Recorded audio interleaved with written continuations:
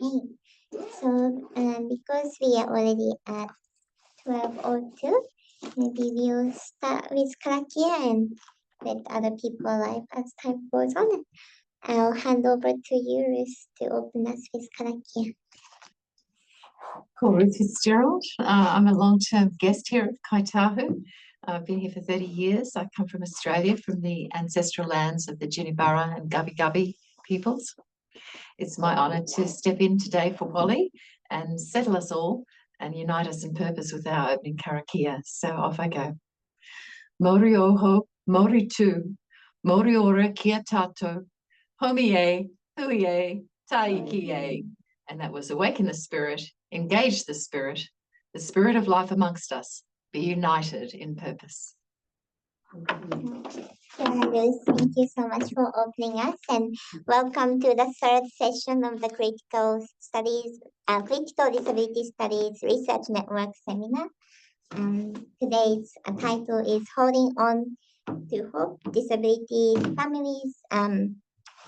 Hope is not strategy, getting on with things in challenging times. Apologies. So today we have another three wonderful speakers, and first up is Dr. Rebekah Graham.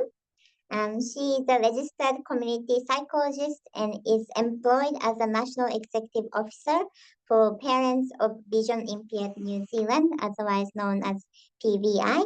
And PVI is a national charitable organization that provides support and advocacy for parents and families of a person with vision impairment.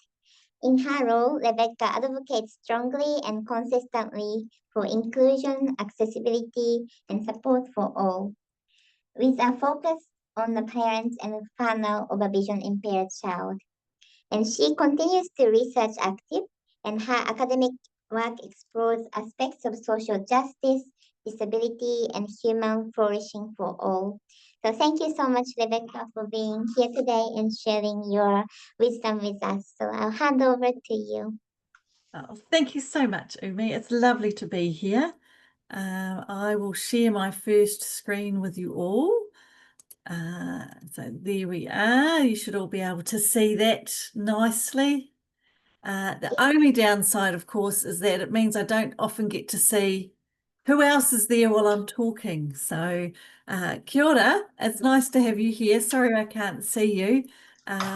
Just to introduce myself, so ko Waio, I haere mai o ko tipuna I Kotirana, no Glasgow ia. Engari, no kirikiriroa taku papakainga nai ki Waikato Tainui ahau I noho ana ko Rebekah Graham taku ingoa. Ko Joe Graham, tingoa o Takahua Tānei, he tangata whenua ia, ko Ngāti Ranginui, ko Ngaitirangi, ko Ngāti Maniapoto ia o na iwi, no Paututirangi o na marae. I whanga tamariki a māua, ko Lily, ko Bella, ko Keenan, ko Emil, ko Lily Te Pōtiki, raua te tangata kāpo ia. Ki Parents of Vision Impaired ahau I mahi ana, ko tēnei taku mihi ki ngā tangata whenua, ki ngā tangata whakaha o te rohi nei, ka mihi hoki au ki ngā tohu o te rohi nei, nō reira, tēnā koutou, tēnā koutou, tēnā koutou katoa. And in English, for those whose Māori is still learning, I was saying that my ancestors came here to this land from Scotland, that my home is in Hamilton, in the seat of the Waikato Tainui Rohi. And I also introduced my husband and his whakapapa, and our children, and in particular my daughter. I don't always do that, but when I'm speaking in disability spaces, I like to do that because it orients you, if you don't know me, to my links to both this country, but also to family and to disability. And I come into this space as someone who is parenting now 12-year-old, so not really a child, more a young person with your own definite ideas of the world, and that it was her entry into this world that was also became my entry into the disability sector. And I then just acknowledged the tangata whenua and tangata whaikaha, both little broadly because I'm coming to you from Hamilton, but of course the seminar is based in Kaitahu down in Dunedin. And in my presentation today, I've got a short overview here just to guide you guys, so you're sort of aware as we're working through. Firstly, just going to start with neoliberalism, which is just a bit of a quick romp through some of the theoretical underpinnings to orient us there, and that ties in with individualism and the way in which we end up fractured within this neoliberal soup into individual parts rather than as a collective, and then talking about sites of resistance and how we can push back against these ideas, including collective practice, considering hope as a collective practice, and then ways forward. Before I start and get into it though, I really did want to acknowledge Alice Wong, and Alice passed earlier this week. And I see I put 1947, but it should have been 1974 to 2005. I've juxtaposed that. And the reason I noticed that is that Alice, it was the same age as me. And I really appreciated Alice's writing, her ability to articulate and conceptualize some of these things, which are deeply felt, but can be really hard to push back against. And not only that, and hearing the outpouring of stories from the disability community, Alice was unwaveringly kind, generous with her time, and absolutely passionate and committed to disability advocacy. And I've included a quote there, which is, "By telling my story and amplifying the stories of others, cultural change can happen, and collectively we can build a world centred on justice, access and care." And obviously that quite really resonates with my own work and the things I wish to do. And wanting to take space to say thank you to Alice for her work and for the change that she both enabled, but also the way that she herself was changed and just being herself.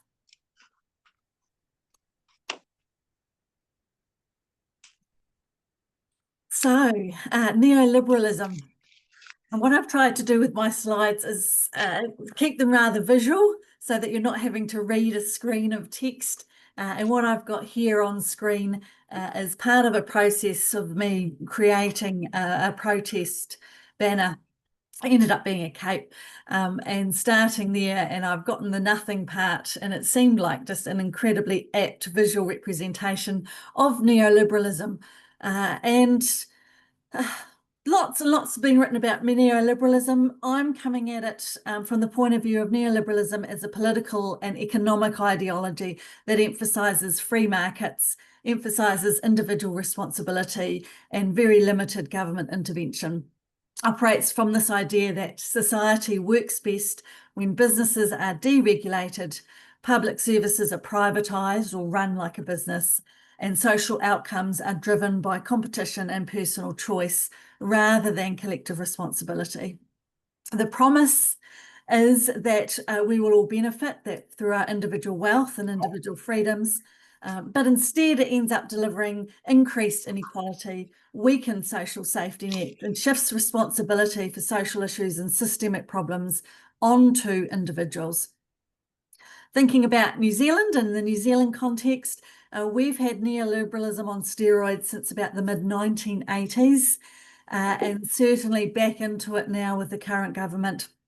And linking these ideas is this idea of thinking about, for example, the Atlas Network, which seems a bit vague, but really at its core, the Atlas Network is a loosely aligned group of various folk and think tanks and funders which want to promote individual liberty, want to promote individual property rights, promote limited forms of government and increase free markets, and a genuine belief that doing so is the solution to what ails us, that doing so will create economic freedom and a peaceful world. One of the challenges we have is that these ideas we are really soaked in now. It's been around certainly as long as I've been alive, and it can become incredibly challenging to think of solutions or to push back on ideas when all you're presented with is this frame within which all of these solutions and ideas have to fit. Common Sense Neoliberalism, which was written by Stuart Hall and Alan O'Shea, really encapsulates this idea of common sense neoliberalism and the way in which we're conditioned and our thoughts are conditioned to fit within the framing of a neoliberal idea. It boundaries our thinking, it boundaries our idea of what is possible, but it gets framed up as common sense. So we just sort of think, oh, well, these solutions that we have, they're just common sense, that's just all we can do. We have to, fit within it. And then that is how we became blah, blah, blah. Sorry, let me start that sentence again. These solutions to things like poverty then become boundaried by what is possible within a neoliberal framework. The ideas, the solutions to poverty then become things like we need to set people up as micro business owners, because that is a solution that operates within a neoliberal frame, rather than pushing for something that is quite different, like, for example, a universal basic income. What often happens too is that the ideas that fit within this neoliberal frame of privatisation, making money, economic productivity, growth, crowd out other ways of thinking and other ways of being, and often gets reduced down to what are the outcomes, what's economic productivity. In New Zealand, the ideas that sit behind neoliberalism are strongly linked into settler colonialism. And when we think about settler colonialism, we think about the narratives that underpin it, the narratives that drive it. And that's something that in my own work I'm really interested in, is what are these social narratives that enable some of these ideas to stick around and permeate and continue. In New Zealand, the narratives that underpin settler colonialism are things like self-reliance and independence, that we are innovative, that we can't rely on others, and we have to look after our own self or our own family. We don't tend to think as settler colonials collectively beyond our own specific immediate family or our own specific friend group or the people we particularly know. The focus is often on the individual nuclear family rather than wider understandings of whānau. Another narrative is that about being hardworking. We work hard, we provide for our family. And these ideas undergird our collective sense of who we are as New Zealanders. And it's also part of the reason why neoliberalism has found such an easy home here, because these settler colonial narratives play into and support and help neoliberalism because of the commonalities across these. The idea is that, if you work hard as an individual, you'll receive individual reward, and that your hard work will be rewarded with economic prosperity. The image I've got here in my slides is part of my own thinking around honouring the treaty, and I've got there a note about Whaikaha edition, and I've listed the Waitangi Tribunal claims, and these are the claims that are related to health and disability, currently being heard or have recently been heard this year or last year. There's Y2109, which is the carpool claim, Y2143, which is related to Tūri, Y2676 about health and disability, and Y2894, which is about rehabilitation. And these claims, if you read them or go through them, really highlight the way in which health in a settler colonial neoliberal frame has failed to result in equitable outcomes, failed to care for particularly Māori in this instance. And this idea around Indigenous ideas of health and holism and what works being incredibly disrupted and decimated, to our own detriment as well, because I don't think the way in which we individualise health works for Pākehā or non-Māori either, but we don't quite have access to the same arguments, and some of these arguments in the why claims are very well articulated and really highlight the failure of neoliberalism and settler colonialism as a thought, and it forces us to think differently. And that's what I'm particularly interested in, is how to think differently. This slide talks about, or draws on the material of the psychology of neoliberalism and the neoliberalism of psychology, which is relevant to my own work and my own practice in psychology. And the authors here talk about how neoliberal thought has permeated psychology, and psychological thought upholds neoliberalism because of the ideas, in particular, the radical abstraction of self. So the self becomes incredibly abstract, not grounded in reality. The self is then an ongoing project of development, an ongoing project of personal development with a focus on personal growth, apologies for the typos, focus on achieving your own goals, and a focus on self-regulation or conformity to social expectations. And if you've had much to do with the intersections of disability and psychology, you can see there that this is where this idea that you have to have a goal comes from, that you get this funding, but the funding needs to be aligned to your goals. It needs to be aligned to your outcomes. You can't just enjoy yourself or enjoy an activity. You have to go on an activity that is part of your ongoing project of self-development. And we've got a picture here of one of our family, her daughter learning how to make a sandwich, and that's a great task. It's absolutely wonderful, and that's why it's so hard to push back, because the goal of learning to make a sandwich is a great goal, and it's useful, and it's a tangible outcome. But we stop there. We don't push past that and say, actually, we've got some goals around self-realization, self-actualization. Actually, we just want to enjoy each other's company and enjoy being a family. And that is really hard. Those ideas get really hard, and they get lost and they get dropped out. The challenge too around, particularly under neoliberalism, is the way we get fractured into parts. And the image I've got here is from the Volition app launch, actually. And I like this image, myself and Esther and her colleague, because it is us refusing to be fractured into parts. Esther's both a disabled person and a decision maker and a supporter, and I'm a family member, and yet here we are in this photo, we're colleagues goofing around having fun in a photo booth. And what is currently happening, particularly in New Zealand, but in other neoliberal-based societies, is that family members, or our idea of family, gets reduced down to what can be framed as a natural support. It becomes extractive.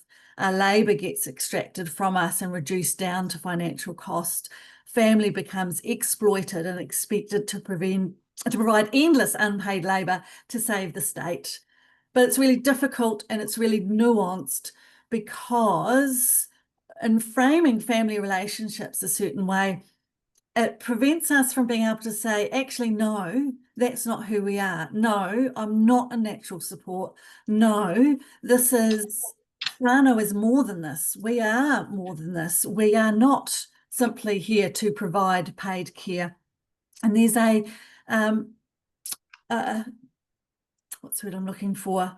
There's a narrative around disability that sometimes gets lost in here, and particularly as family members, that we are more than our individual parts, that we are whānau, that you can't just fracture us down into carer and caregiver.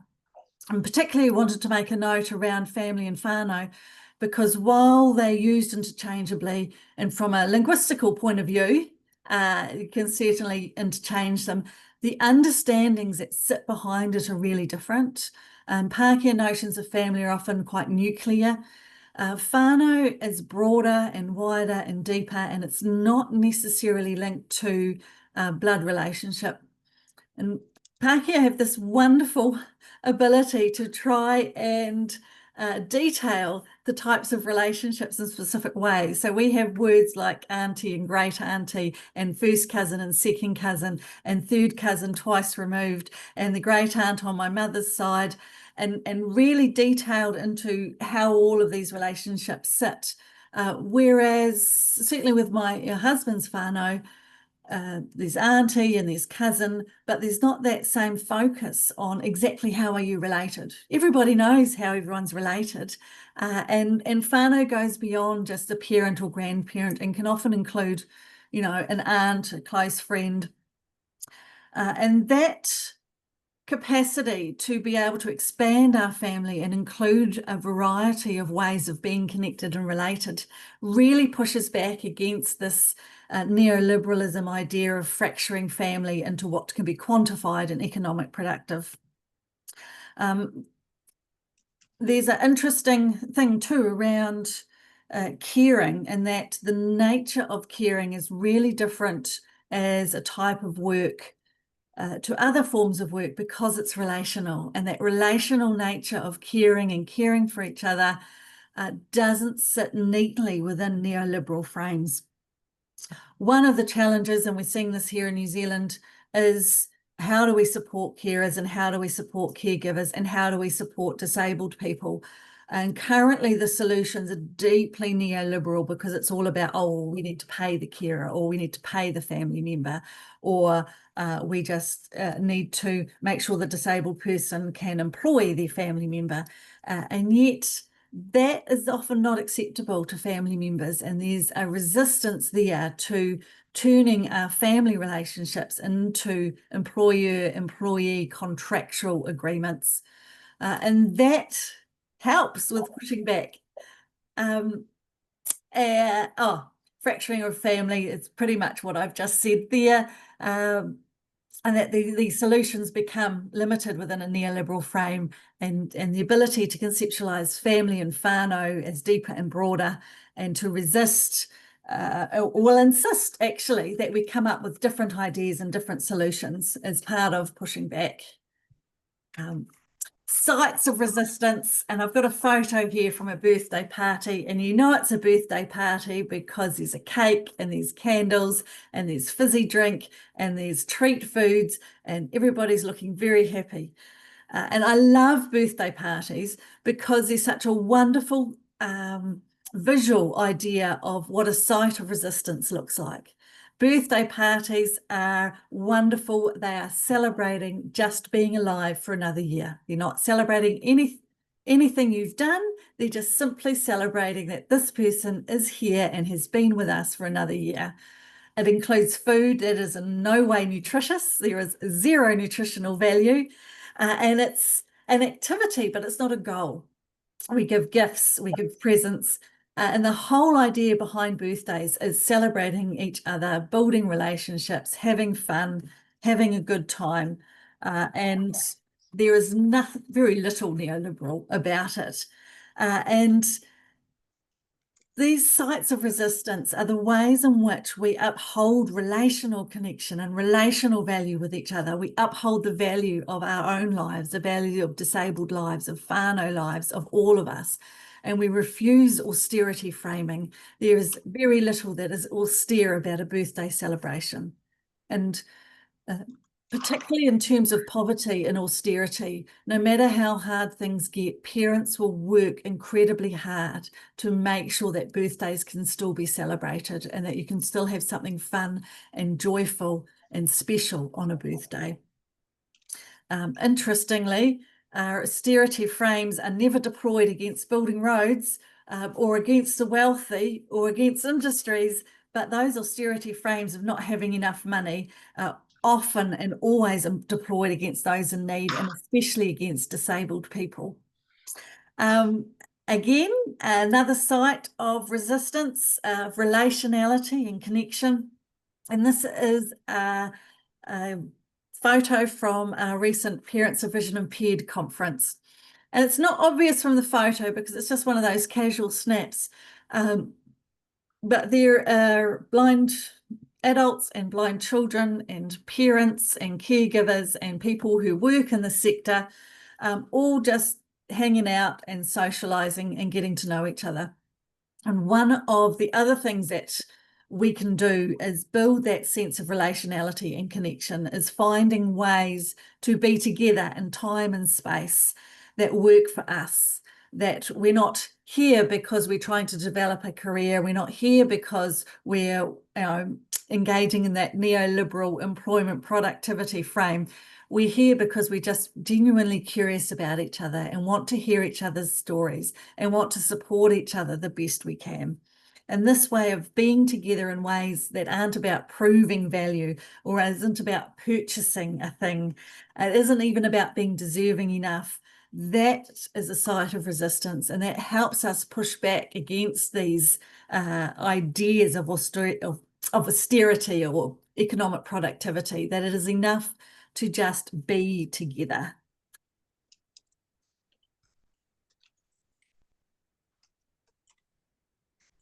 Thinking about hope,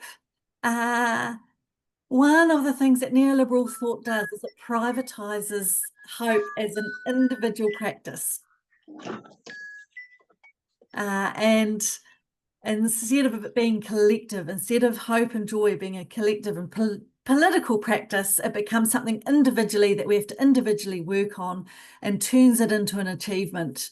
And then that leaves us with a sense of failure because we're not able to do so.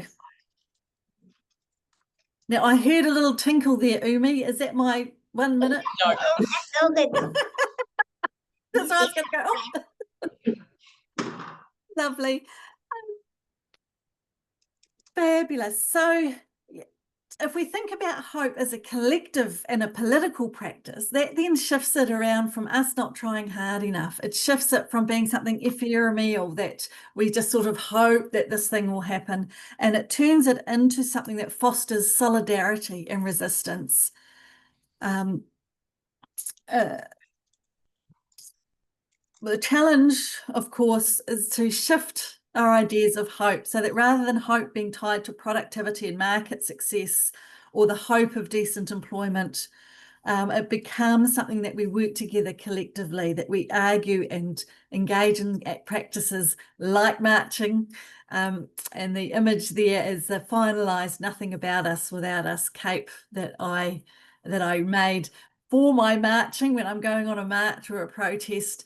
And what I like about things like marches and protests is that it's a collective action, but also it always leaves me hopeful when I see these are people that turned out. They came together to protest things that are happening. It's not just me feeling this way.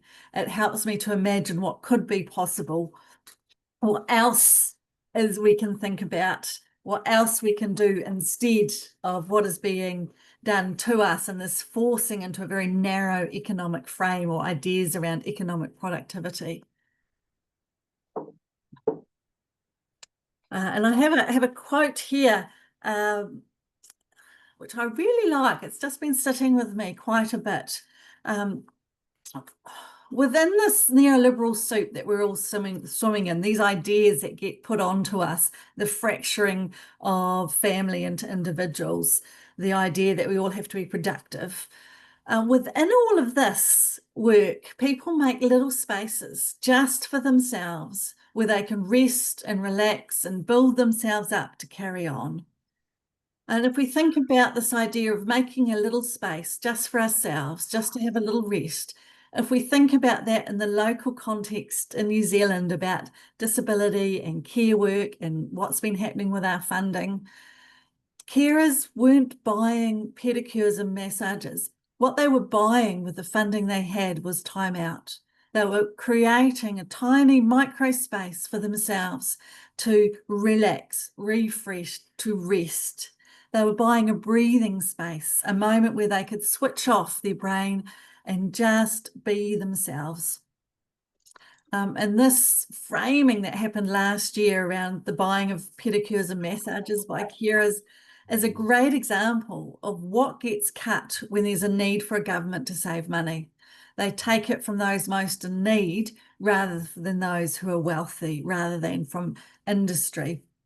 And there's also a great example the pedicures and massages debate was a great example of the difference between felt experience and the public and political framing by the minister at the time.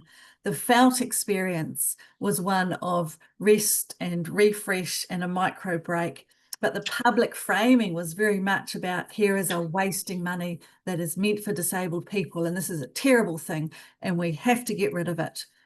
And it was really, really lovely seeing the way we came together as a community.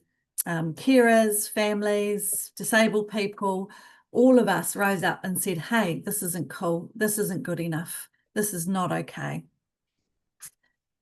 And that rising up, that refusal to accept what was offered to us, it gives me hope. It gives me hope that we can indeed come together, that we can build each other up, that we can keep finding collective ways to resist and push back and refuse these ideas that get imposed on us, that actually there's a whole lot of common sense around that isn't about what's neoliberal, that isn't about productivity, that isn't about creating a goal that we must achieve. It's actually about finding ways to connect and say we want a good life. And I'm going to end there. This is my final slide, and it's myself and Dr. Who at the Toitū Te Tiriti Hikoi, and this was the one in Tamaki Makaurau, and we don't get to see each other in person hardly ever, so it was lovely to meet in person. And again, you know, thinking about Toitū Te Tiriti as a movement and this pushback against the desire by the current government to remove Te Tiriti from a whole raft of things, and seeing that collective action, that refusal, that understanding, and the way that we could go and not be forced into carer, caregiver, disabled person, family member. We could just go and be there and be protesters together in time and space. And that has given me a whole lot of sustaining hope that we can think about this differently, that we can implement some of these ideas. And also, lastly, too, the other thing I did want to close on was that it is so important that we can find ways to ensure that in this space disabled voices are centred and highlighted and certainly determine the kaupapa of the space, but also to come alongside so that individuals aren't left holding all of this and having to do all of this individually. That we, particularly as family and whānau members, are able to come alongside and say, hey, let me carry this for a bit. Let me hold the space for a bit while you have a break and a breather, and then we can carry on together. And that is hard to do because we are pushed into this very individualistic framing where it has to be us as individuals doing it. And every time we find ways to show solidarity and work in collaboration, we're pushing back against that hyper-individualistic idea that we all have to do it as individuals. And I think that's my time. Yes, that was a perfect timing. Thank you so much, Rebekah. And you just have a round of applause. We really appreciated your theorizing around neoliberalism, but also having a really tangible example of how you resist and navigate the system with hope through your day-to-day life.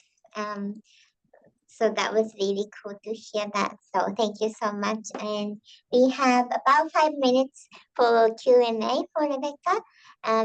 If anyone online or in person has any questions. I can't think of one other than tautoko. Jen was just looking at me like ready to ask questions. That's all good. No, that's fine. I mean, one of my big rants is around the way, particularly in intellectual disability, learning disabled, cognitive impairment space, there's such a focus on you have to have a goal and you have to have an outcome and you have to be in this constant state of self-improvement. And I'm like, man, you know, sometimes you just want to go for a swim. Why does it have to be an activity? Yeah, I completely resonate with that. Yeah. And Lucy, you have a hand up? Well, I was just going to ask you a question about that because it's so interesting listening to all these talks. One of the things that I'm hearing is the way that neoliberalism changes the meanings of words that we take for granted. We've just kept using them for the last 30, 40 years. And suddenly we're thinking, oh, that's not how it used to be. That didn't mean that sort of thing. And I was really interested in that psychology of neoliberalism you were talking about and this way about setting a goal, grounding yourself, having a sense of self that's grounded and connected within relationships is kind of, it's sort of like narrowed. Is that what you're saying? It's narrowed to be.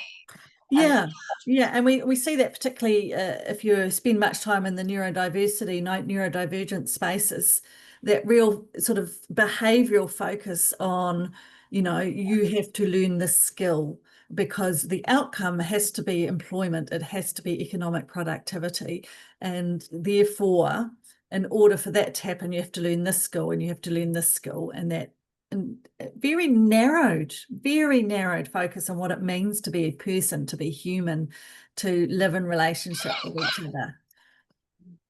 Be valuable. Yeah. There's a question in the chat from Geneva. She says, a question I have as an advocate and carer of a disabled child, how do you balance that, especially as they get older, from adapting your way of advocating for them to be more wisdom? That's a really good question. And I do want to say that it's not limited to disabled children. So my oldest is 24.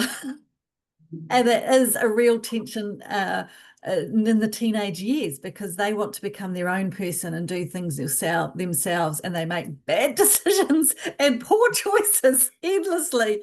But what that has taught me is actually, you know, if we want an ordinary life for our children, for our disabled children, they need to be able to make the same bad decisions and poor choices as non-disabled, and actually we need to be able to you know, give them the same freedoms. Now obviously there are increased vulnerabilities, so you know, you're managing these increased vulnerabilities and increased risks, but also there is a point where actually all our children need to be able to make dumb decisions. Thinking of some of the dumb decisions my non-disabled children have made recently. And go, actually, you know, that's a really good point, that the ability to be able to make bad choices is a privilege. And sometimes we deny disabled people that privilege because we as non-disabled think that we should be able to decide for them. That's really true. And on the comment here, Kirsty mentioned that dignity of risk is really important. Yeah. Yeah, and it is hard because my disabled child is more vulnerable in some really scary ways, and that's terrifying. Wow, thank you so much for sharing a lot about you and yourself and the wisdom you brought to the seminar. And another round of applause for. Thank you so much for having us. I'm looking forward to hearing the rest of our speakers. Thank you. There's also another comment, questions, if you want to have a look in the chat while and then, sorry, we might have more time for discussion at the end of all the other speakers, and we'll come back to that. So next up is Carolyn O'Neill. And Carolyn has a background in psychology and education. She has worked in various roles in supporting and educating work and disabled people about partnerships, relationships, and sexuality, including as a family planning education coordinator in the Bay of Plenty and at IHC and Idea Services Center. And currently, she is a disability relationship lead at the Survivor Experiences Services, and she will be presenting us on her experience and case study of the 2B flank. So thank you, Karen, and over to you. Tēnā koutou katoa, tēnā koe, Umi, thank you so much amazing session there, Rebekah, and it segues nicely into mine with the dignity of risk idea and people taking some chances and having a good time. Tēnā koutou katoa, ngā mihi nui kia koutou, ngā mihi ki ngā mate, ngā mihi ki te hunga ora, ngā mihi ki ngā tangata whenua o te rohe, tēnā koutou, ngā mihi ki ngā haue whā, tēnā koutou, nō reira, tēnā koutou, tēnā tātou katoa. Just acknowledging ngā mate, those who have passed before us, te hunga ora, those who live among us, the tangata whenua of the rohe and the region and the group we're in today, te rōpū here, and ngā hau e whā, everyone from the four winds, including myself. My surname O'Neill, ko O'Neill tako ingoa whānau, anei toku pepeha, ko Victory toku waka, ko Aorangi toku maunga, me Tully Hogue in Northern Ireland toku maunga, ko Waimakariri toku awa, no o Tautei Hau. I was born and grew up in Christchurch. Ko Moao Mount Maunganui taku kāinga anaine. I live at the mountain Tauranga now. I'm sixth generation Cantabrian, really interested in the settler concept you talked about there, Rebekah, and how some of my ancestors I knew did actually work really well collaborating together as an extended group, and I'm really pleased to say that they were good humans. Looking back at our whakapapa there. My background, Umi's just mentioned, has been working in the sexuality and relationships area. I've done that now for about 30 years, and with disabled people, people with a range of abilities. I've loved to co-deliver with them in this mahi. So there is hope. It's a very exciting time I think we live in.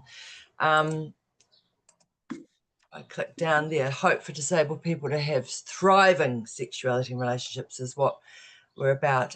So I have two hats. One is my mahi with To Be Frank, which I'm doing in the weekends at the moment, and I've managed to get some time off my current role with Survivor Experiences to present today. So I'm really appreciate being invited to join today, and just want to acknowledge Nick McKenzie speaking after me, and Nick handed me the current mahi I'm doing with Survivor Experiences service. But today we're talking about sexuality's view around To Be Frank, our belief that there is hope because people with learning disabilities know what they want in their sexuality and relationships.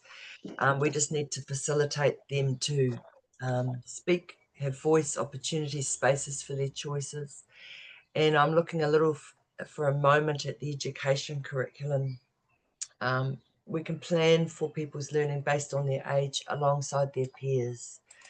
The vision being that family, whānau, carers, allies, teachers, support people, agency management will work to overcome hurdles that pop up, enabling people's relationships and sexuality. So those people will understand their bodies, how they work, understand how to express consent in their way, recognise consent in others, make and keep friendships and relationships, be someone a person wants to date or be a friend with, get a second date if the first date goes well, and experience pleasure by themselves, with others, have fun lives, have a good time. So that's what we're about at To Be Frank. And the mahi I've done at the coalface for decades now, I do have hope. I think there's some really great things happening and great things to come about. And when I was preparing for today, I just sort of felt like,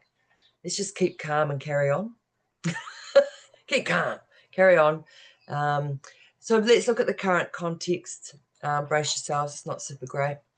Children are still attending schools, and I've been working with teachers in schools. They're often, as you know, still segregated from their peers.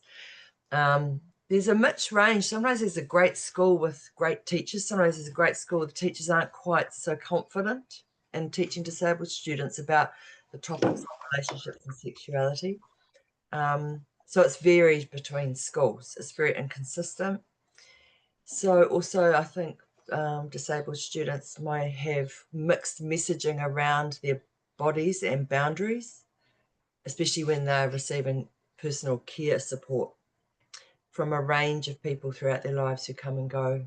They may have a lot of people accessing their bodies, and that can be confusing for young people growing up, leading into adulthood.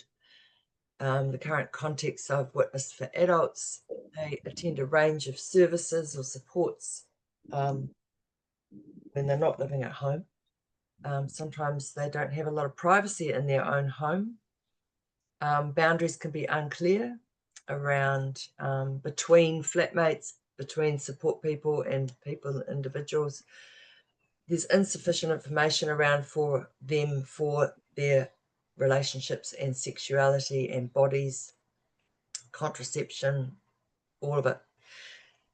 It seems across the board there are very few policies around relationships and sexuality guiding the support people to know how to do this. And there's a range or lack of intimate support guidelines, how people, when they're supported, determine how that support comes about. Does the person supporting them in the shower chatter away about the weekend, or do they ask permission? I'm just about to wash here now. What does the person receiving that support want to happen? How is that noted? How is that then consistent between a range of support people? There's not a lot of consistency, sadly. It's not hard to achieve this, but it's just not happening.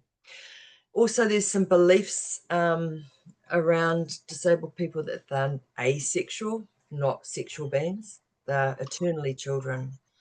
They're innocent, or at the other end of it, they're deviant. So it's either one or the other, sometimes both.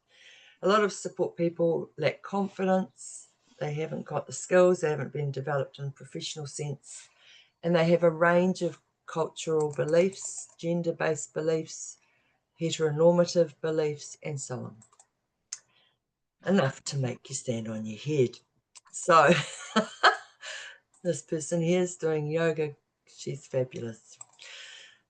So why is this happening? You probably already have a few ideas. I'm just going to whip through this a little bit.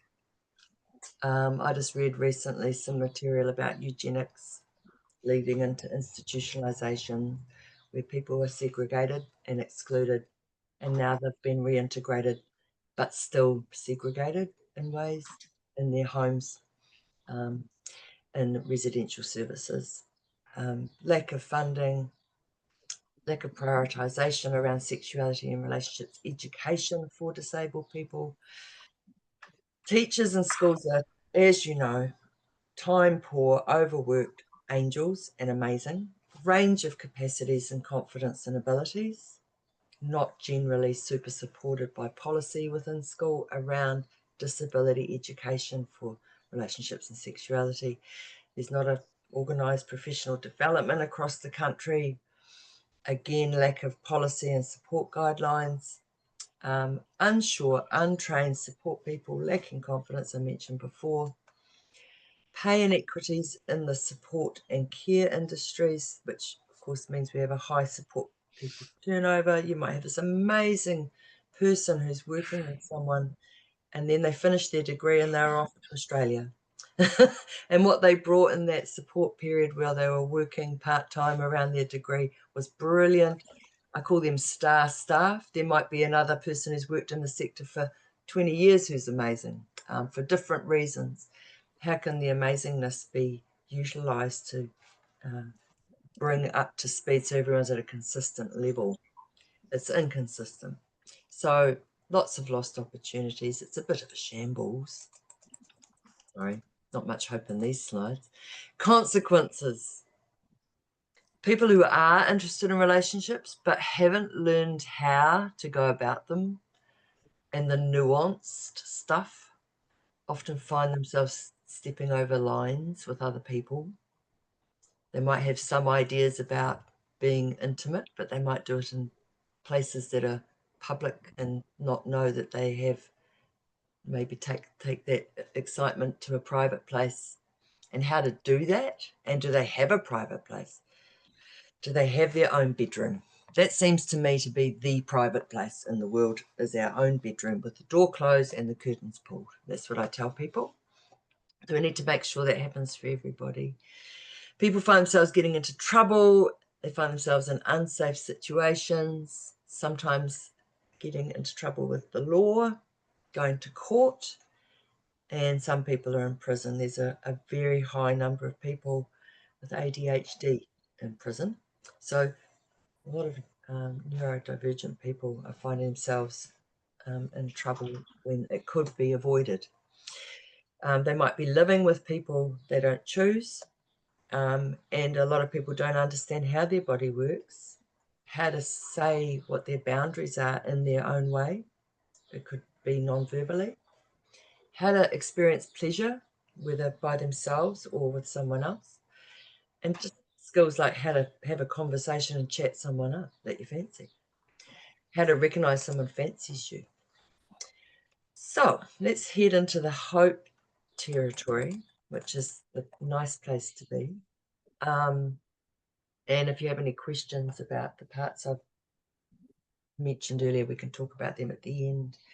So one guiding quote that we really like at To Be Frank is, to be a human being is to be a sexual being.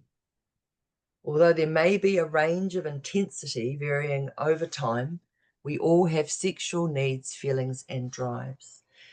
And this is by Anne Craft, who you may have heard of, who worked tirelessly in the UK in the 80s. And you see there our uara uho, our core values.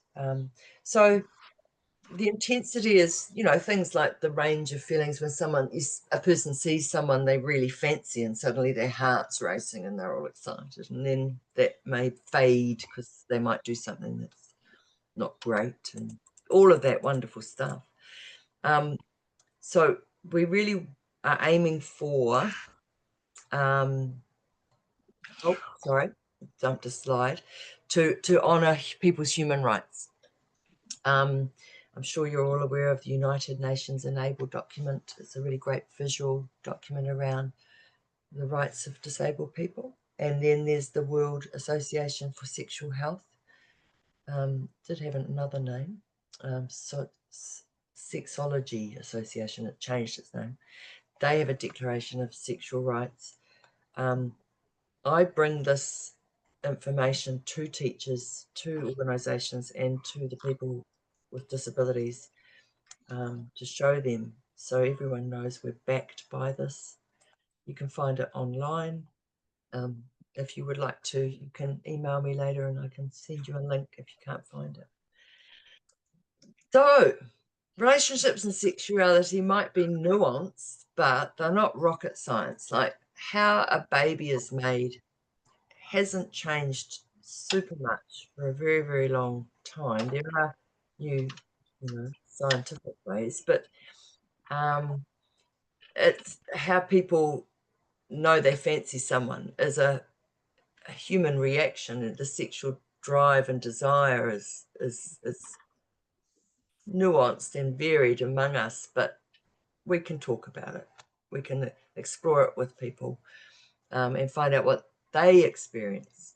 All the research, and I have worked with family planning for 5 years. I've worked in this area. It's all telling us that when we provide information and education around sexuality and relationships, it is preventative in terms of people getting into trouble and protective. Actually, one thing I've noticed with young people is when they have an inner sense of confidence, which is shown by their speaking about what they think or being assertive, they have safer sexual intimacy outcomes because they speak up for themselves. So that's really important. So families and whānau, you are backed by human rights legislation to answer questions as they arise for your children and to refer them to services. And there's ways we can encourage services to be more disability friendly, which I'm sure you've thought about. And that's another whole area of advocacy, which is really exciting. We can include young people growing into adults around that. Human rights legislation backs us up, so let's get on with it. We've supported to uphold people's rights to accessing education as much as anyone else, accessing information in ways they can understand it, to having freedom, to having choices, to having privacy, just the same as anyone else. So we can advocate for people to access their relationships and sexuality education that they need for the age they're at, in formats they understand, and the timing that suits them, spanning over years to reinforce their learning over time. A young woman learning to manage her menstrual cycle, if she becomes, if she has an opportunity to learn how to do that in ways that work for her over years, then by the time she's 30, one would hope she'd have more and more independence around that. If we use things like Depo-Provera, for example, to manage the cycle, she misses opportunities for learning. So it's just, how do we look at who does it benefit when a young woman's learning to manage her menstrual cycle, and ways to stop the flow are brought into play. Just some thoughts there.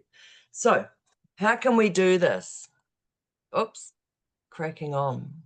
From age 0, so I've looked, there was the Ministry of Education put out the framework for the school curriculum and health earlier this year for feedback. So I gave my feedback.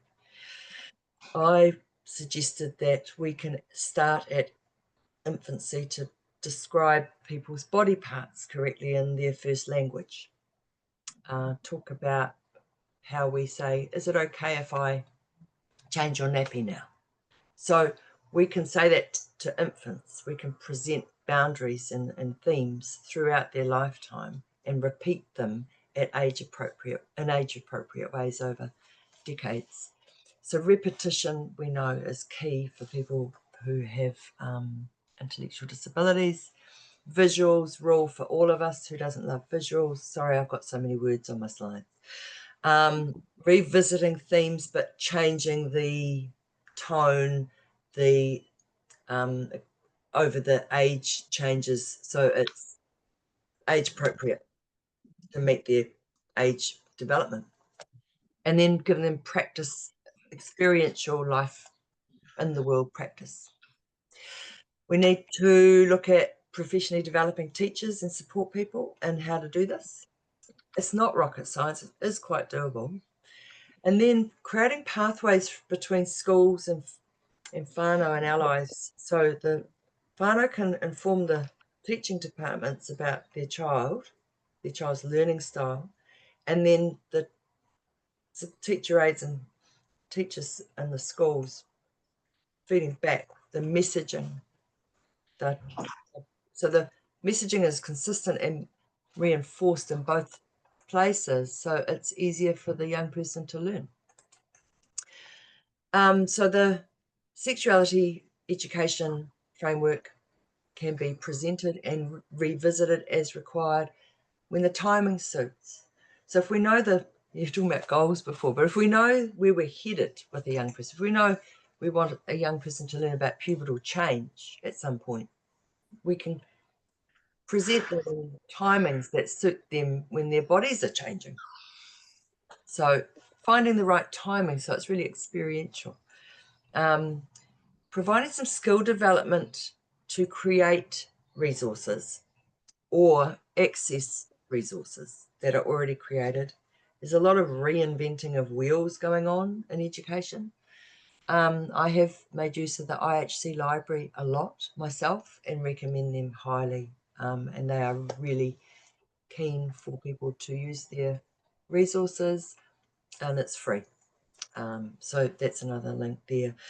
So the other area too is around translating information that's already out there for general population into easy to read and visual, sound, tactile tools to help people understand it.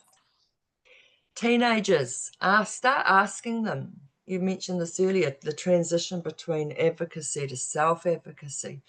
My suggestion here is to ask young people, who do you like learning from at the moment? And it might start to become siblings or someone new in their new school and high school. They might have some mentors they're starting to connect with and services. So they're starting to individuate and then determining from them what do they want to learn about and just following that. This is all in the area of sexuality and relationships. I'm just aware of the time. I better crack on. So create frameworks. So support people in the teaching environments can suggest ideas too. And for adults, this is the part I want to link into really swiftly in a case study I've used where disabled people are telling us what they want. And that can generate policy and guidelines. So let's get to it. And then the other aspect is making sure mainstream services are ready for people and creating communication tools that people understand that will benefit all of us.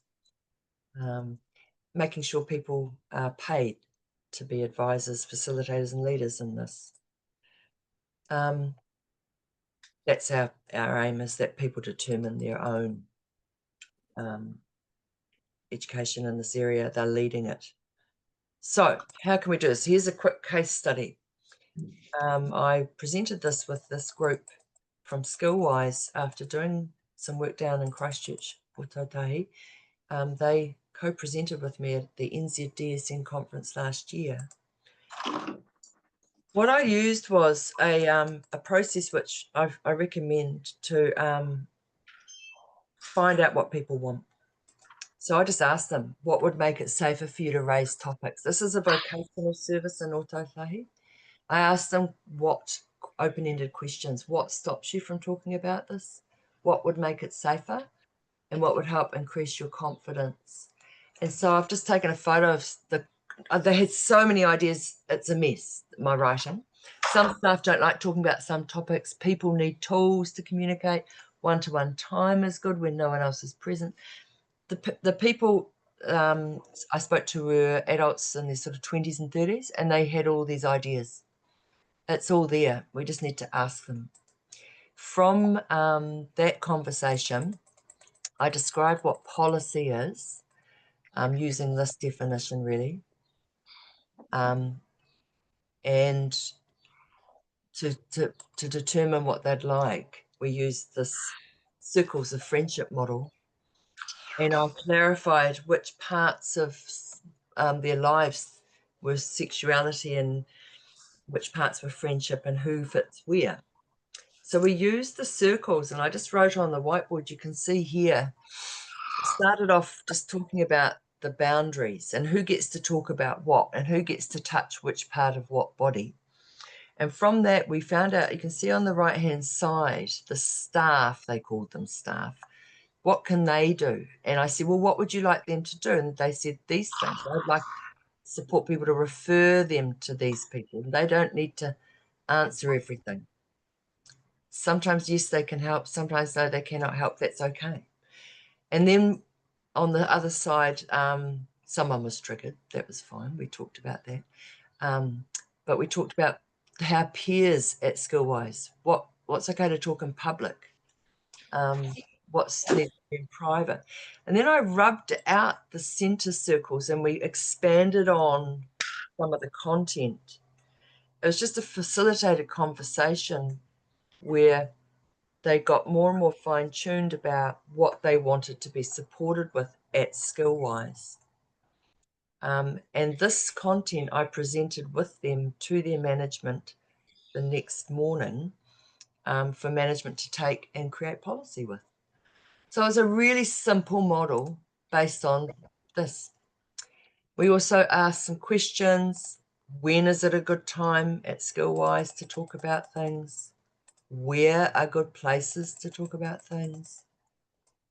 How we can provide the education they want to learn about, who, and what support, how This is how they answered this. They wanted information as pamphlets and posters. And then they identified the 2 key support people they thought were great. And I said, why are they great? Reese and Jane. And they said, well, they take us to places. They give us visuals. They write stuff down.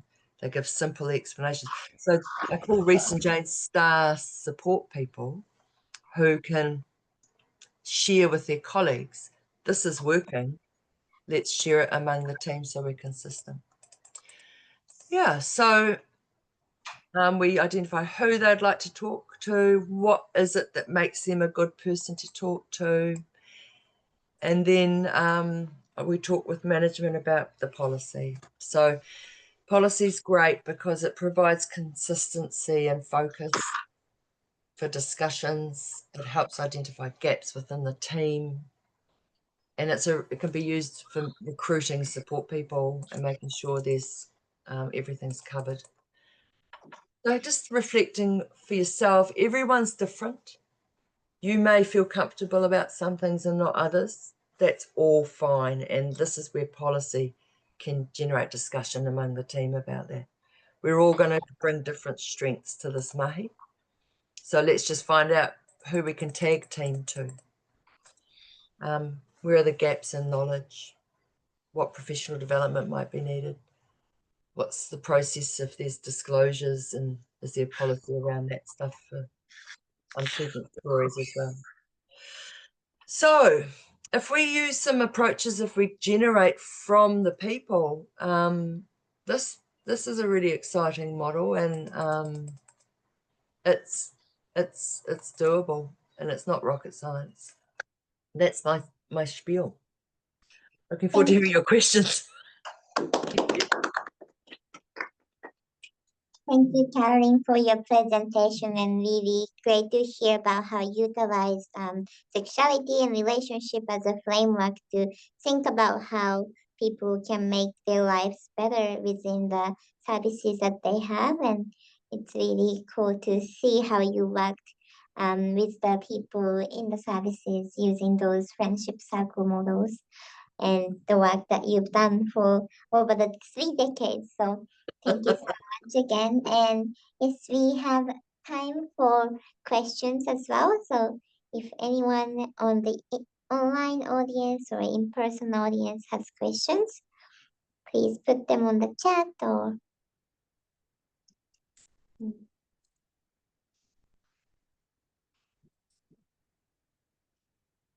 I have a question for the group. If Cool. not, a question for me. What, on a scale of 1 to 10 for comfort, you don't have to answer in person. I just want to put it out there. There might be topics you've like, yeah, 10 out of 10, I can talk about that. Might be friendship. You might go, yep, on a scale of 1 to 10, I'm pretty good. Then maybe sexuality, sexual orientation. And some of us in the group here may think, oh, I actually could do a little bit more learning about that, and where would I do that, and who would I refer someone to if they ask me about that? Having a baby, contraception, body parts, sexual positions, there's so many areas to cover, and it can be quite big. But I think that if we just reflect on our own capacities and comfort levels, and make sure within our workplaces or our teams or within our families, we make sure that the person can access the information. We can say, I'm not sure how to answer that question, but let's find someone who can, is a really great answer. So so just encourage everyone here just to be yourself. You will have a variety of responses. And then also you might be really great at talking about relationships, but then a person might be going through a relationship separation themselves, and right now they don't want to talk about anything to do with relationships because they're having a bit of a crap time. That's fine too. And so we can model that. It's okay to have that rest and go, how did I come into the work, and how's my approach changed with cultural shifts? I'm not sure why I can talk about this topic so easily, and I seem to have always done so. I came into the work through my teaching diploma, but before that I was working in a women's centre. I just personally have a belief around social justice and people's rights to access information and have a good life. That's my personal philosophy. How's my approach changed? I think what I've found has been reinforced lately has been my, I've always wanted to co-deliver with people. And lately it seems to be more acceptable, which is great. It's like finally I've co-delivered with a couple who I worked with at a family conference when I worked for IHC. I've co-delivered at conferences, I've co-delivered and supported people. It's always much better when it's coming from the people themselves and I can just step back. So I think my teaching background is probably what brought me into this mahi. Thanks, Kirsty. I don't know. What I really think is important now is that we, as I'm getting older, speak really broadly. I'm really grateful to have this opportunity today. I need to write down what I think so it can be shared. I've spoken internationally. I want to continue to do that. We need to mentor the young teachers coming through. They are asking for it. So I'm really excited about that. So it's a nice note to leave on. There are a lot of people asking for support to do this. And when it comes from disabled people themselves, it's gold. They could say in 5 minutes what I take an hour to say, you know. So we need to really facilitate that. Kia Fiona, Carolyn, thank you so much again. And that's really great note that we don't need to know everything, but we can ask people, which is really awesome. So thank you. And we'll take a 5 minutes break now, and we'll come back at 1:20 to hear from Nick and Hamish. So we'll be back.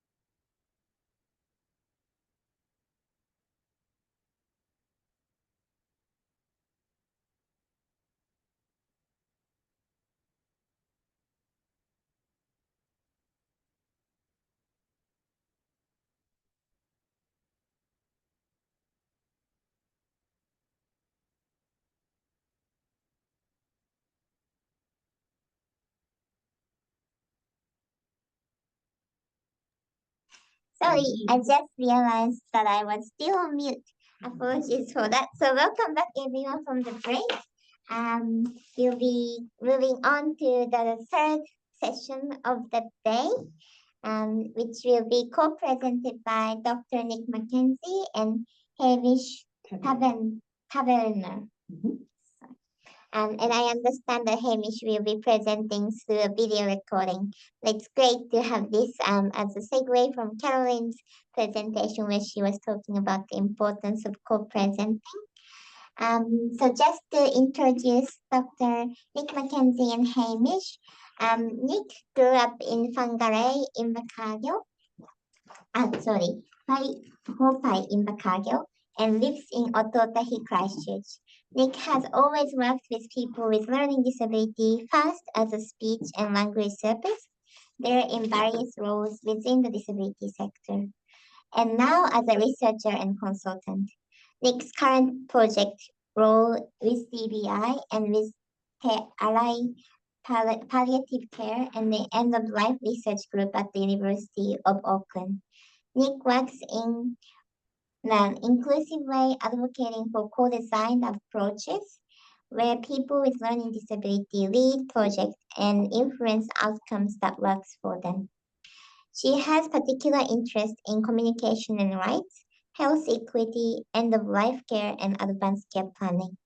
And Hamish Taverner, who is not here in person today due to work commitment, but is with us with a pre-recorded video, lives in Palmerston North and travels a lot for his work with organizations like Standards and Monitoring Services. Hamish is a strong advocate for people with learning disability and a long-term member of People First New Zealand, a committee member of the Australian Society for Intellectual Disability, and enjoys his involvement in organizations such as Special Olympics. So thanks for joining us, both of you today. I'll hand over to you, Nick.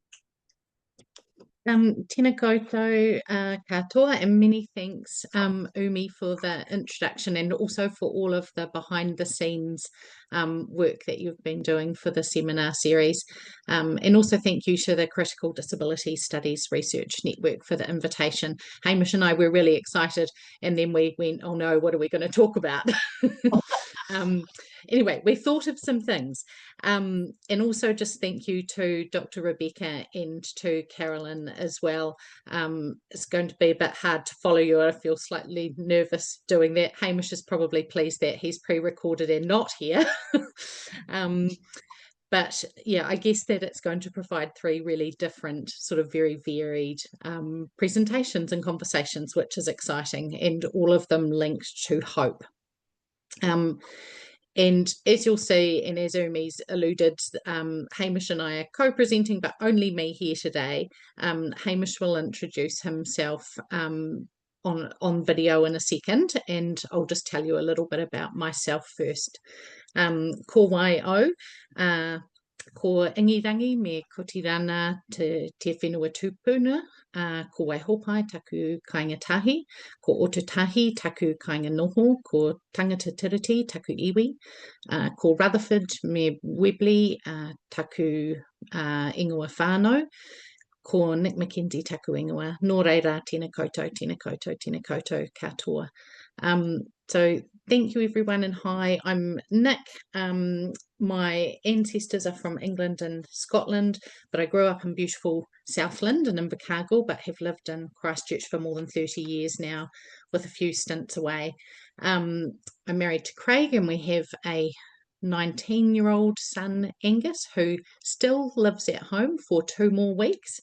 And Craig and I are enthusiastic supporters of Craig's oldest brother, who has a learning disability and lives near us. And as Umi said, I've always worked in the disability sector and have sort of interest in work that's around health equity and people's communication rights. Yeah, particularly ageing and end-of-life care. And today Hamish and I are going to be talking about some of the work that we've been doing together with Auckland University on a project about end-of-life care with people with learning disabilities. And we'll tell you more about that later. But now I'm going to hand over to Hamish to introduce himself. If I can get the video to work. Hello, my name is Hamish Taverner. I'm from Palmerston North, and I live at my own house. I belong to different organisations: SAMS, Whakanui, Special Olympics, ACID, and I've been doing this work with Nick McKenzie. Now I'll hand over to you, Nick. Thank you very much. Have a nice day. Oh, thanks, Hamish. Hey, that's awesome. Now, we're videoing you today so that you can still take part in the presentation. But why do we have to video you today? Why can't you be here? Because I'll be away next Friday. I'm doing some audits for the Ministry of Health down in Wellington That's for awesome. Tuesday, Wednesday, Thursday, and Friday. So I can't be here. Sorry, I can't be there at the presentation. Nick will do a good job. Thank you. You're gonna do a great job on video too. Thanks, Hamish. Yeah. Now I've just realised I think I forgot to click the turn sound on button. So were you able to hear the sound on the video? Well, you could. Yes. Okay. Phew, thank you. Hello. Oops. So Hamish is going to tell us in a minute what we're planning to talk about today. And I apologise that with some of the slides we've ended up with our heads in the middle of the words on the slide. When we videoed, we couldn't see that and had a different view, and we didn't realise until it was too late to fix that. So I do apologise for that and hope that no one misses out too much. And I'm really happy to send a copy at the end of the slides at the end, if anyone would like that.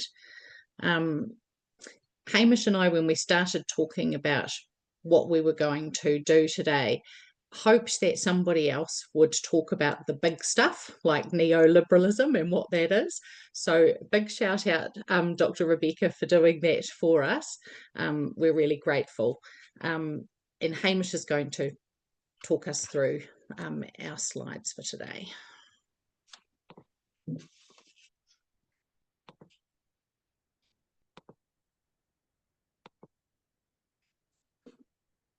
Maybe if I can make the video go. What we are going to talk about today: why we need hope, why hope is not enough, how difficult times affect our work, what we have learned, what we are doing to stay hopeful. And I'm going to add a little bit about our current project because it's quite interesting and seemed like too good an opportunity to not share with you. So the first thing that we had on our agenda was to talk about why we need hope. And as you'll all be aware, that there've been plenty of really challenging times, really challenging things happening within the disability sector and in the lives of disabled people and families. And we were thinking about some of the things that Dr. Rebekah talked about earlier, like all of the changes around the spending of flexible funding allocations, the lack of consultation with disabled people and families, the freezes on entries to residential services, reduction in the functions of whaikaha, and I guess also things like not including all of the recommendations from the Royal Commission of Inquiry in services that are coming out afterwards. And there's also uncertainty around things like research funding for the future. And all of these things are really upsetting.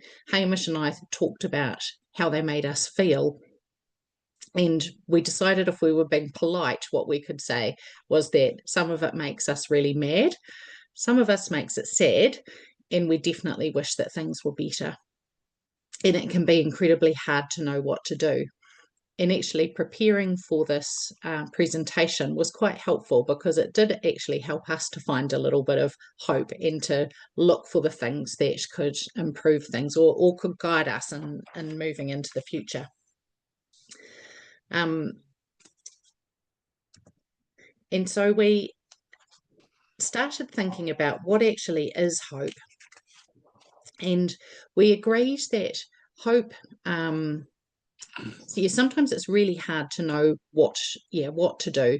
And Hamish and I don't have any research expertise in the area of hope, so we're not going to pretend that we do today, but we will share with you some of our thoughts about what we've learned through our work about having hope. And we decided together, or we both agreed, I guess, that it's really normal, I guess, to feel disheartened when things are challenging. And there are real reasons for people to feel disheartened and upset. But amongst that, we also need to be able to carry on with life and with our roles, whether that's just living as a person, whether it's as a family member, a support worker, or whether it's being involved in research like us. Lots of people, again, have more than one of those roles. But to carry on, we've got to have that hope. Otherwise, we'd probably feel like we were wasting our time and energy. And Hamish did a little bit of looking for some quotes about what hope is, and liked this one from Desmond Tutu, which said, "Hope is about being able to see light despite all of the darkness." And there's lots of literature about how holding on to hope can get people through hard times. But we wondered whether hope on its own is enough without doing something about it. And I'm sure that lots of speakers in the past few sessions will have talked about that too. And when we started thinking about this, I mentioned to Hamish about a saying that my husband Craig says. He often says, "Hope is not a strategy." And I think it was something that he heard from, he's an engineer, and something that he heard from an engineering lecturer when he was a bit younger, that you can hope that things will work out when you design them, but if you don't actually plan for it really well, then you could end up with some catastrophic events. And so that saying really teaches us that we have to have a bit of a plan or a strategy alongside our hope if we want things to turn out well. And I think that's probably relevant for all areas of our lives, really. And we then found this this diagram, which sort of talks about, or drawing, a really cool image by Fritz Ahlfeldt, that shows the difference between passive hope and active hope. And so passive hope, I guess, is when we just hope, we hope and pray that things will change. But as you can see, nothing's happening, nothing's growing, and nothing's changing. We're just waiting. But in the right-hand picture, the lady is watering the ground and something's starting to grow. So she's taking some action alongside her hope. And we thought that maybe that was the thing that makes the difference to our hope, that it's having that kind of active hope in things that we can do. We also, when we were talking about this, we didn't want to diminish the complex things that are happening for disabled people and for families at the moment, and we didn't want to suggest that it's easy to change things or that everything can be changed. We really just wanted to acknowledge that sometimes there are things that we can do that change some things. Hamish is going to tell us a little bit about the project that we're working on at the moment with Te Arai Palliative Care and End of Life Research Group at the University of Auckland, and then about some of the things that are difficult that we're having to work around. And after that, I'm going to follow up with some more detailed explanation. Yeah, our project is Te Arai Research Group at the University of Auckland. We have a research application grant about the end of life care with people with learning disability. We are reading a lot of research and reports. We are talking to people to find out what research should be done next. What is tricky about it?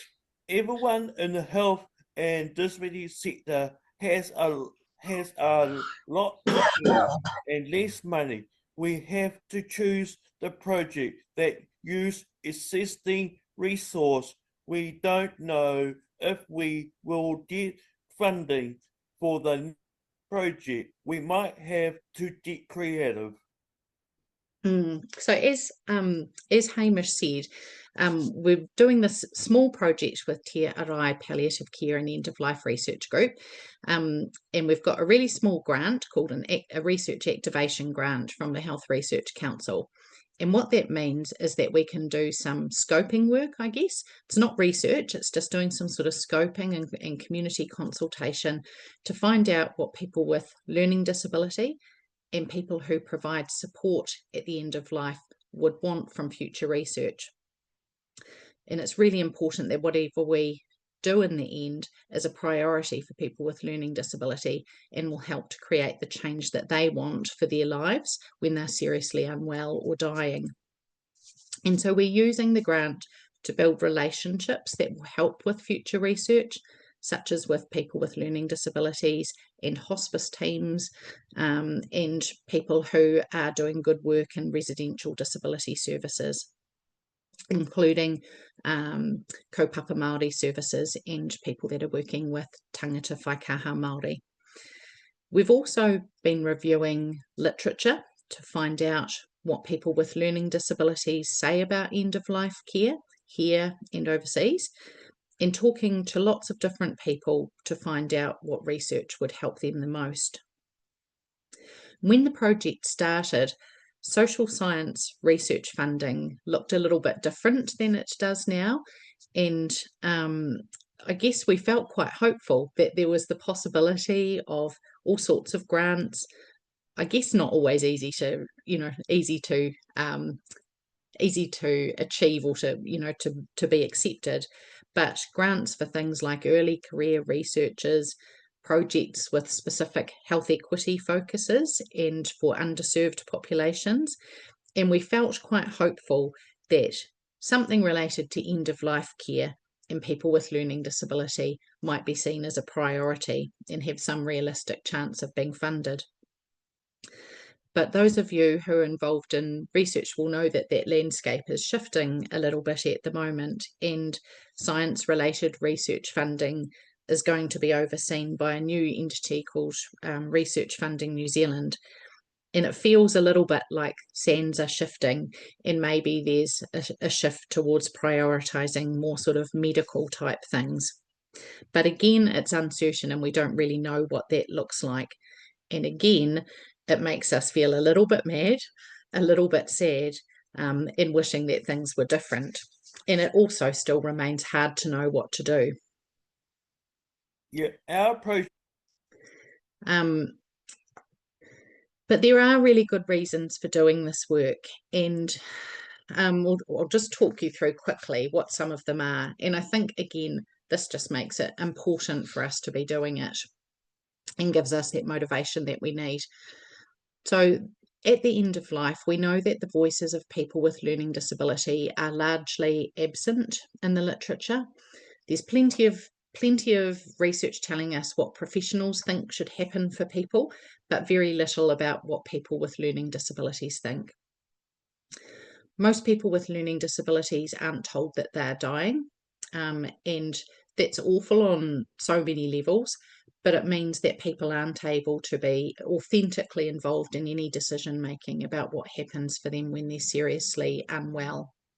And what then happens is that proxy decision making occurs. So that means that other people make decisions for people without including them. We also know that people are often diagnosed with life-limiting conditions really late. And I think it's just an extension of the general issues with healthcare of people with learning disability, and it extends to that end-of-life situation. And it results in serious illnesses often being missed or only discovered too late. And then significantly, people are often not referred to services such as palliative care community services until it's too late for that support to be as helpful as it could have been. And people receive poorer care. So the research shows that both health professionals and disability service staff feel ill-equipped, often ill-equipped to support people with learning disabilities at the end of life. Health professionals often haven't had any training about learning disability or how to support people, and so then they don't really know where to start. And staff who are working in disability services, or families as well, often don't have experience or expertise around the medical things related to end-of-life care. And so it just results in this bit of a gap where no one's quite sure who should do what, where people don't understand each other's roles or know how to access each other to make things work really well. So you can see that there are significant gaps, and all of them are really important to address.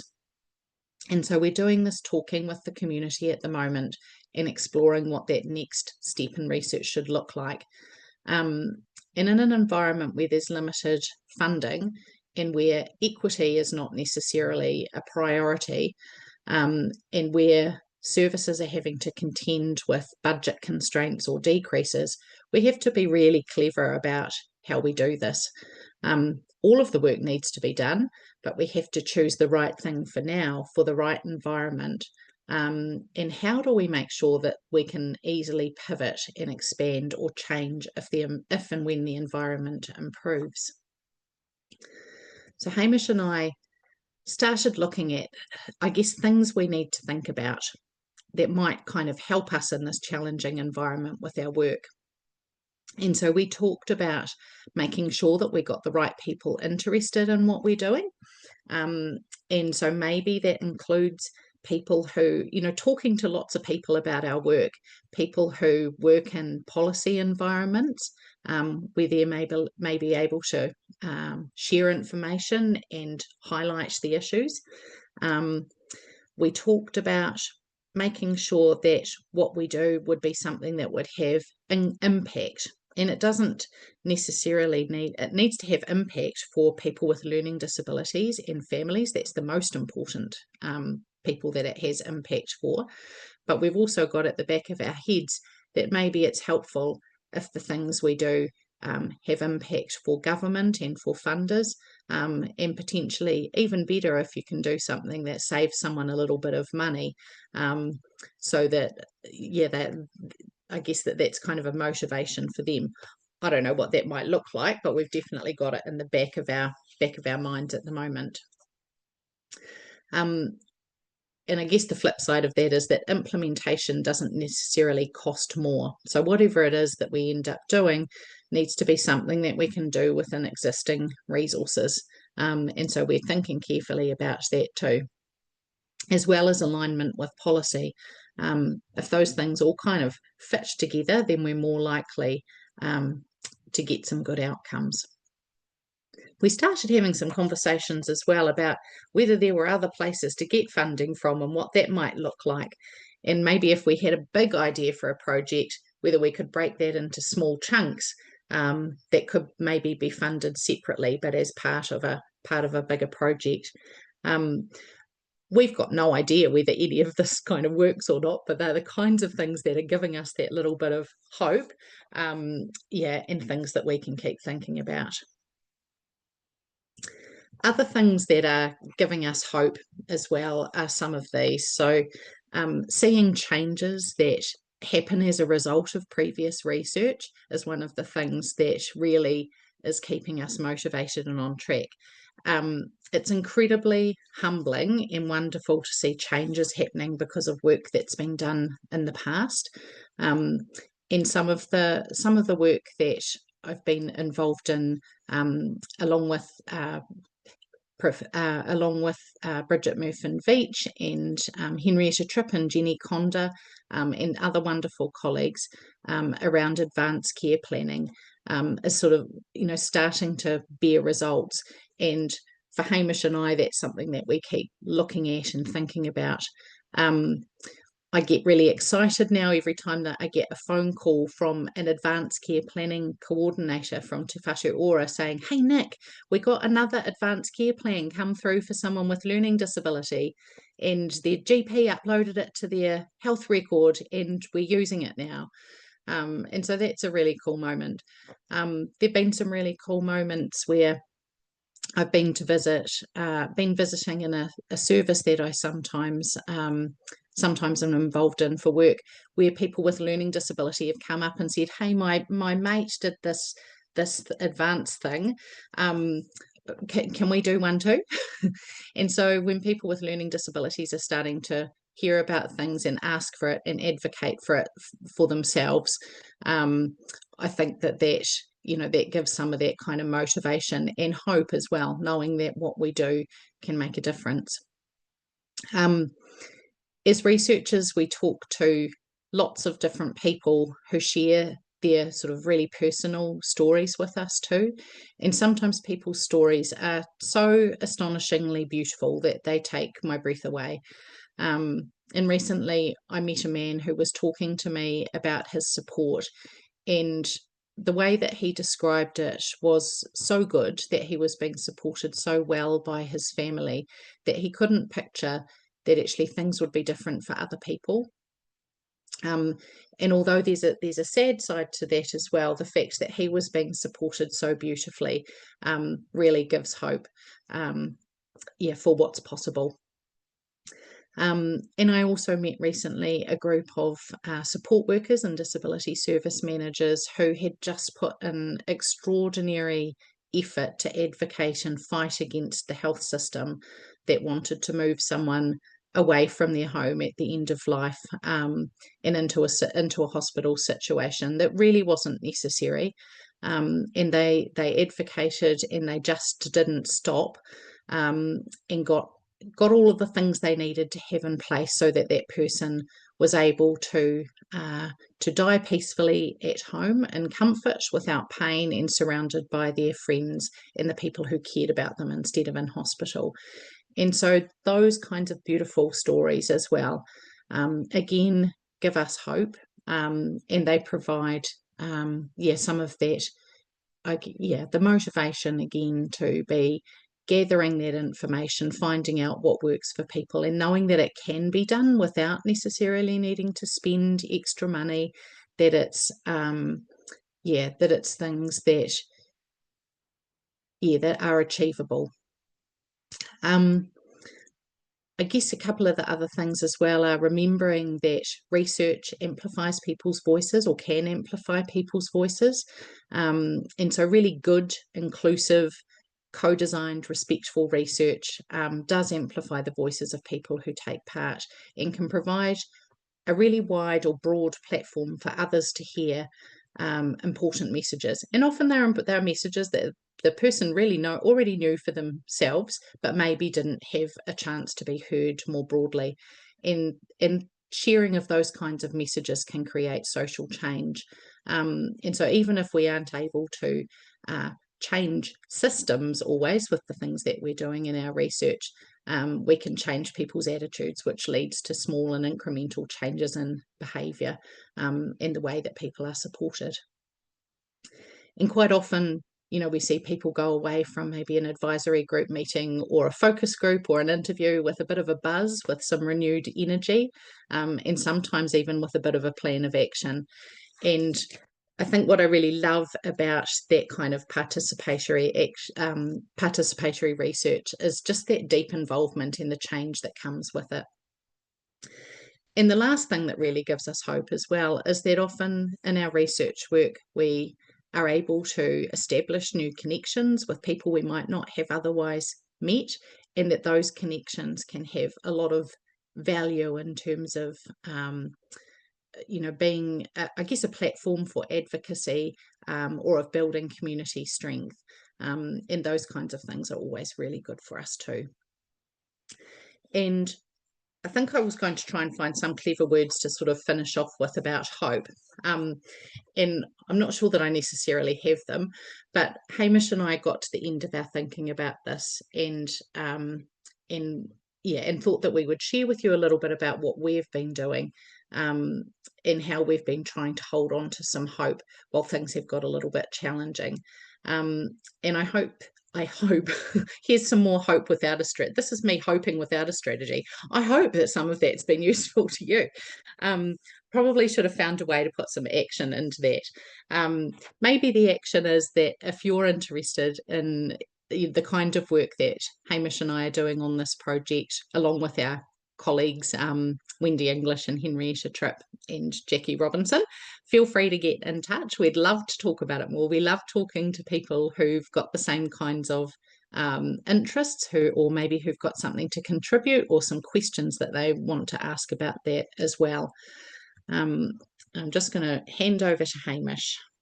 Thank you very much for coming to this Zoom meeting. And any questions you can ask Nick, because I'll be away in Wellington. And you have a nice day and have a nice weekend. Thank you much from Hamish. Thank you. Yeah, thank you, Hamish. And ngā mihi e te whānau to all of you, and again to the wonderful team who've organised this series. We've loved the thinking that we had to do together to prepare for this. Hamish thought it was great that he wouldn't be here for the questions. He was laughing about that part of it. But yeah, again, if you're interested in our work or just want to have a chat, please feel free to connect with us. And thank you again. Thank you, Nick, so much, and thank you, Hamish, for co-presenting. And give us a round of applause. And does anyone have any questions from the online audience or in-person audience? I personally knew that people with learning disabilities had one of the worst health outcomes, but didn't know that they are often not told that their life expectancy or their condition might be affecting their life expectancy. So that was really shocking for me to learn, and also I saw an audience reaction about that. So it's really difficult information to think about and talk about, but yeah, it has a huge impact, and we know that and I think actually it's important information for us to share sensitively with people with learning disabilities as well, so that they know what the impact of that is for their wider community as well, because I think the advocacy that comes from people with lived experience is much stronger than any advocacy that will come from other people. And the work that we're doing in our project with DBI at the moment is a little bit about that, around health and well-being and the things that contribute to that. It's awesome. It's like a whole of life course health approach research that you are doing. So thank you so much for your work. Does anyone have any question? It's not really a question, but just a comment that I work with older people and often facing these end-of-life decision-making. It's very relatable what you're talking about in terms of people who have dementia or cognitive decline, but just that it's important for everybody should be able to know about what's happening for themselves and be able to process that in their own way. So it's quite shocking to hear that people are not being given that opportunity to know what's happening for them or understand it. And the responsibility lies with everybody around every person.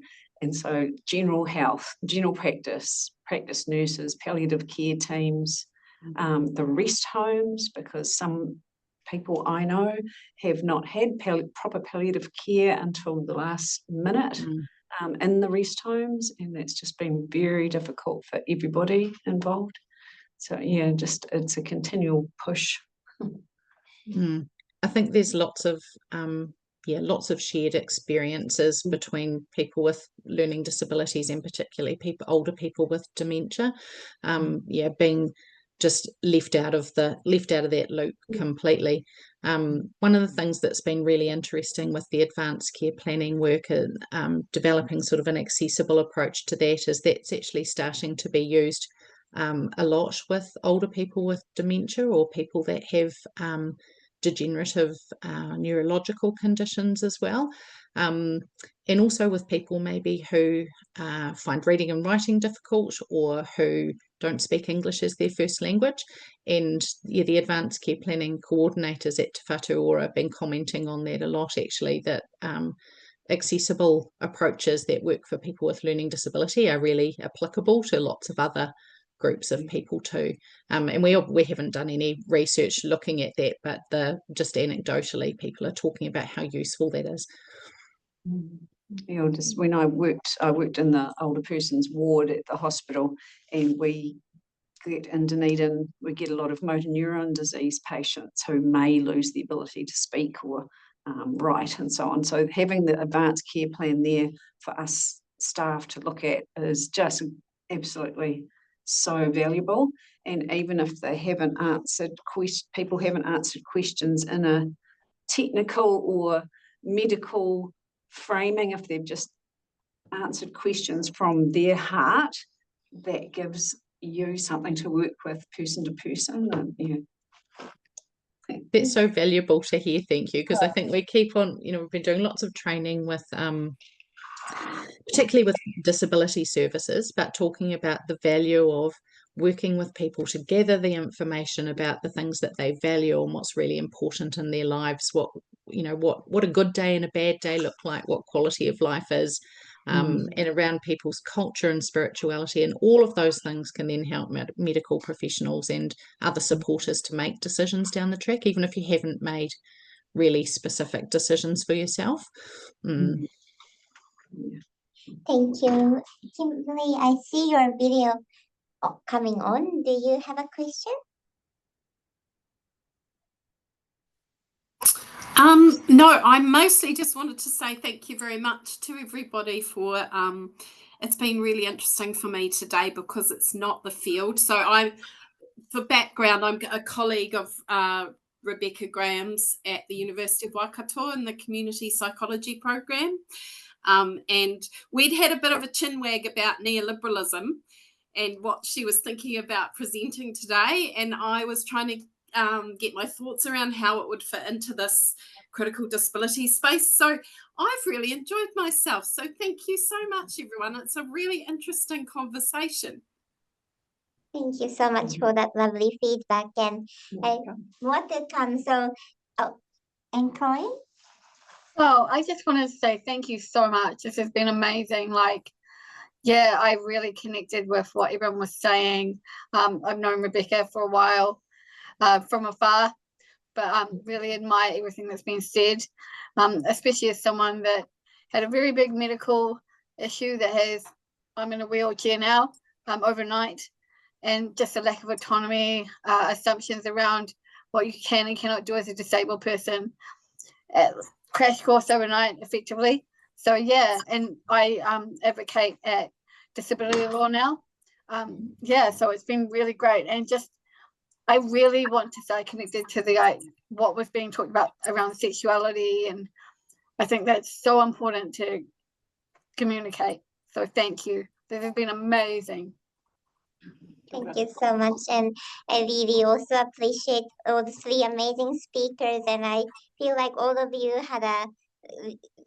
we did have a theme, but all of you really flowed nicely with each other, and I feel like I was nourished by your examples of how hope can be held on tangibly in this difficult time. So thank you so much for that. And this was the third series out of the 4 sessions, and next week will be our last session for this year. And the title or theme of next week is Philosophical and Creative Ways to Hold Hope in Neoliberal Times.